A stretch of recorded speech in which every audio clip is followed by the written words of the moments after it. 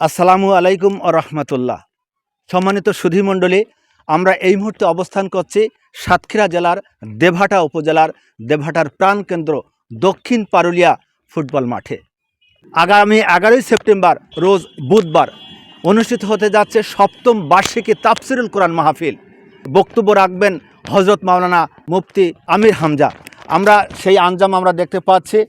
নিশ্চয়ই সেখানে কিন্তু মঞ্চ তৈরি করা হয়েছে, যেখানে গিয়ে সুসজ্জিত করা হবে।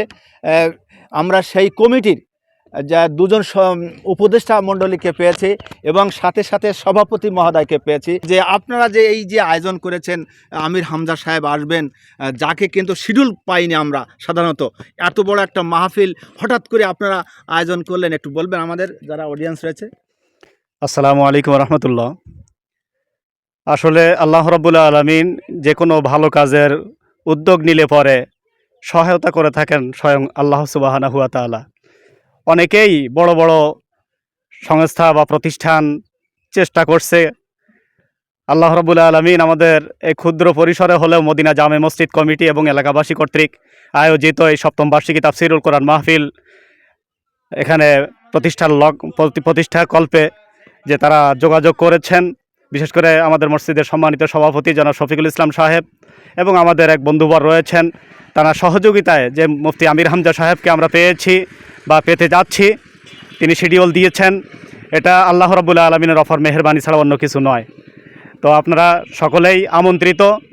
এই মাঠে আমরা দেখেছি বিগত দিনে এখানে দি নিউ জনি সার্কাস নামে একটি সার্কাস এখানে বসেছিল। সে সময় থেকে আমরা মনে মনে পরিকল্পনা এরকম এঁটেছিলাম যে এখানে অপসংস্কৃতির মাধ্যমে যুব সমাজ তারা আস্তে আস্তে খারাপের দিকে ধাবিত হবে, সমাজ আস্তে আস্তে কলুষিত হবে।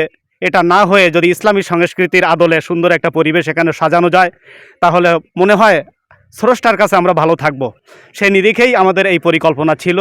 আল্লাহ রাব্বুল আলামিন কবুল করেছেন। দেবহাটা থানা শুধু নয়, সাতক্ষীরা জেলার বিভিন্ন স্বনামধন্য প্রতিষ্ঠান, ব্যবসায়ী, সাধারণ মানুষ, সর্বস্তরের মানুষের সহযোগিতায় ইনশাআল্লাহ এই আয়োজনটি যাতে প্রাণবন্ত হয়, আপনাদের সকলের সহযোগিতা আমরা কামনা করছি। আমরা এবার কিন্তু আলাপ করব আরেকজন উপদেষ্টা জনাব আবু সাইদ। তিনি আমাদের একটু বলবেন যে এই যে আমির হামজা সাহেব, আমরা দেখেছি বাংলাদেশ সহ আন্তর্জাতিক অঙ্গনে তার খ্যাতি রয়েছে। তো আমরা অনেকেই কিন্তু তার পাওয়ার জন্য শিডিউল থাকা সত্ত্বেও পান না, আপনারা পেয়েছেন আলহামদুলিল্লাহ।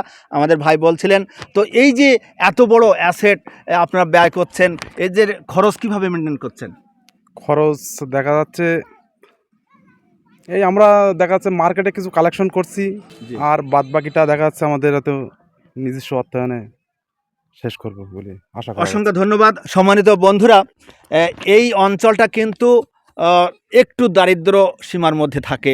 আমরা দেখেছি যে আমরা যখন ছোট ছিলাম সেই সময় কিন্তু এই অঞ্চলে কিন্তু হাতে গোনা দুই একটি বাড়ি ছিল। আস্তে আস্তে করে সেখান থেকে বসতি স্থাপন হয়েছে। মোস্ট পিপুল তারা কিন্তু দারিদ্র সীমার মধ্যে বসবাস করে। তা আমরা সেই মদিনা মসজিদ কমিটির জামে মসজিদ কমিটির সম্মানিত প্রধান যিনি সভাপতি জনাব শফিকুল ইসলাম বিশিষ্ট ব্যবসায়ী, তাকে আমরা একটু জানতে চাইব। আপনার অঞ্চল তো অত্যন্ত দারিদ্র সীমার মধ্যে বসবাস করে। মাত্র কিছু বছর আগে এই মদিনা মসজিদ জন্ম হয়েছিল।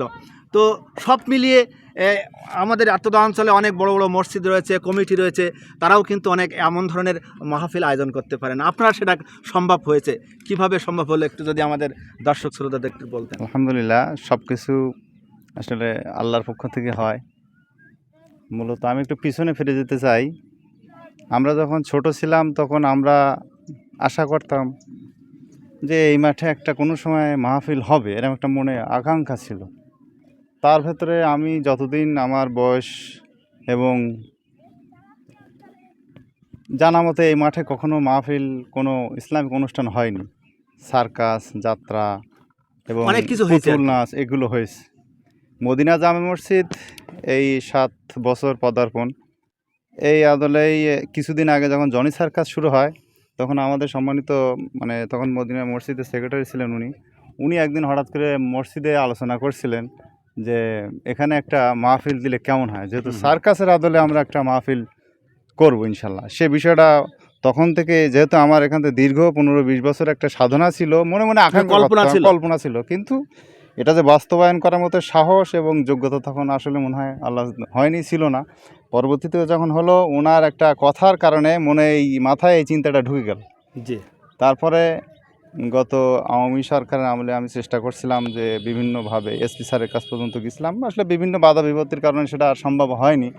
পরবর্তীতে আমরা যখন এই বর্তমান এই সরকারের আমলে আর কি, মানে অন্তর্বর্তীকালীন সরকারের আমলে যখন একটা ঘোষণা পেলাম যে মাহফিল করতে গেলে আর কোনো অনুমতির প্রয়োজন নেই, তখন আর সাহস পেলেন? তখন একটা সাহস পেলাম।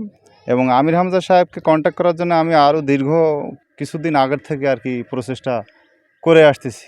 পরবর্তীতে ওনার একটা শিডিউল পাই এবং সেই দিনটা আমি আর কি নির্ধারণ করি, সেটা আল্লাহর রহমতে শুরু হয়। তবে এটা আর্থিকভাবে আমাদের অঞ্চলের সবাই অত্যন্ত গরিব, তো সবাই যেভাবে এলাকাবাসী এবং ইউনিয়নবাসী শুধু না, পুরো জেলাবাসী যেভাবে সহযোগিতার হাত বাড়িয়ে দিয়েছে এবং তাদের আজ আন্তরিকতার পরিচয়, এটা আল্লাহর অশেষ মেহেরবানি। এখানে প্রধান বক্তা হিসেবে বক্তব্য রাখবেন আন্তর্জাতিক খ্যাতিসম্পন্ন তাফসিরে কোরআন, মুফাসিরে কোরআন হযরত মাওলানা আমির হামজা সাহেব। আমরা শুনতে পাচ্ছি এখানে কিন্তু অনেক মহিলাদের আগমন ঘটবে, অনেক পুরুষদের আগমন ঘটবে, কিভাবে একটু মেনটেন করবেন ছোট্ট করে যদি বলতেন। আসলে আমাদের অসংখ্য স্বেচ্ছাসেবক ভাইরা থাকবেন, প্রায় 200-র অধিক আমাদের যুবক স্বেচ্ছাসেবক থাকবেন এবং মহিলারাও প্রায় শতাধিক মহিলা মা বোনেরা স্বেচ্ছাসেবকের ভূমিকা পালন করবেন। আমাদের পার্শ্ববর্তী আয়ান ব্রিক্স, সেখানে মহিলাদের জন্য প্রজেক্টরের মাধ্যমে সেখানে মাহফিল প্রদর্শনের ব্যবস্থা থাকবে। পার্শ্ববর্তী আরও একটি জায়গা রয়েছে, আমাদের আব্দুল মহিদ ভাই সেখানে মাটি ভরাট দিয়ে একটা জায়গা করেছে, প্লট আকারে বিক্রি করতেছেন, ওখান আমরা একটা প্রজেক্টরের মাধ্যমে ব্যবস্থা করার চিন্তাভাবনা করেছি। প্রয়োজনে যদি এই দিকেও আমরা জায়গা সংকুলান হয়, কুলবাগানের সামনে শামসুজ্জামান খোকন ভাই তিনিও বলেছেন এখানে যদি জায়গা দিতে হয় আমি দিতে প্রস্তুত রয়েছি। এভাবে করে মানুষের যে সহযোগিতা, ইনশাল্লাহ মা বোন পুরুষ মহিলা সবাই আসবেন প্রাণবন্ত এই মাহফিল আপনাদের উপস্থিতিতে ইনশাল্লাহ সাকসেস হবে বলে আমি দৃঢ় বিশ্বাসী।